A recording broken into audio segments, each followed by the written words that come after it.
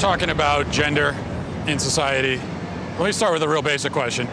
What is a woman? A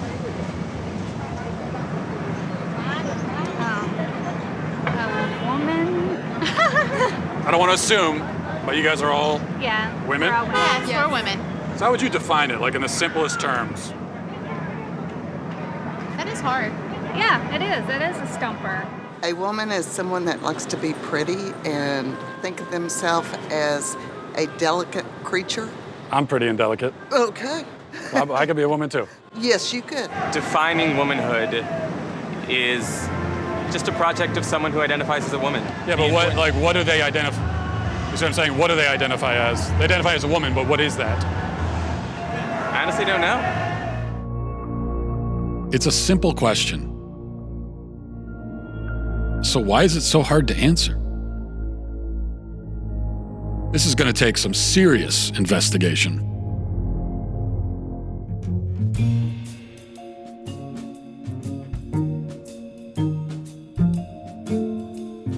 For all of human existence, women were understood to be a certain thing. So what changed? No one can seem to answer the question now.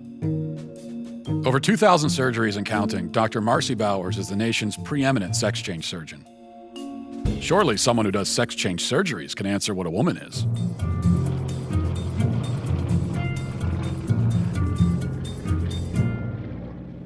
Dr. Marcy Bowers, first of all, thanks for talking to us. My pleasure. So you're a world-renowned gynecologist and surgeon. You're also a transgender woman. Can you tell me a little bit about... Well, I mean, I identify as a woman, but... You're a woman, right. I'm a woman with, I mean, that's my life, day to day, but I have a transgender history. So one thing on your website, it says gender-affirmed, GAV, gender-affirming vaginoplasty. What is that exactly? A vaginoplasty is creation of a female vagina and vulva. We're altering the physical characteristics of the individual to fit better with a gender identity that is female. This is all constructed from the penis? Yes, that's right. The surgeries are quite refined in the sense that they really, not only do they look like female anatomy, but they also function that way, for the most part. I mean, certainly it's a bit of a Faustian bargain. You know, it's not perfect. Does anyone ever regret their surgeries? Or, well, we know they do, but how often do people regret their surgeries? Well, actually, we don't know that they do. There are legitimate detransitioners, and there are people who truly feel that in their journey, they may have made a mistake.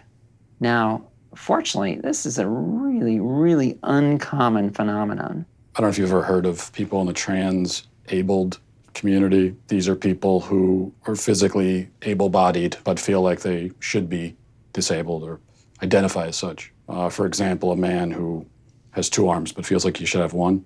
If a man in this kind of marginalized community went to the doctor and said, I want to have my arm cut off, do you think that...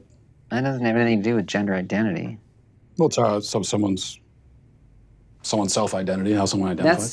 That's someone who has and I'll accept it as a mental diagnosis, a psychiatric condition. I don't even pretend to know what aptomenophilia is all about, but somehow it's the idea that you're fascinated or charmed by having a limb or part of a limb missing. Okay, I would say that's, pardon my non-medical language, kooky. You don't see any? You think this is totally irrelevant? Yep. So the biggest, broadest question is, but what is a woman? A woman is it's a combination of your physical attributes and then what you're showing to the world and the gender clues that you give. And hopefully those match your gender identity. The critics on the other side of this, of this issue. There aren't many, but go ahead. There aren't many who would disagree with what you're saying about... Well, the dinosaurs of the world are certainly out there.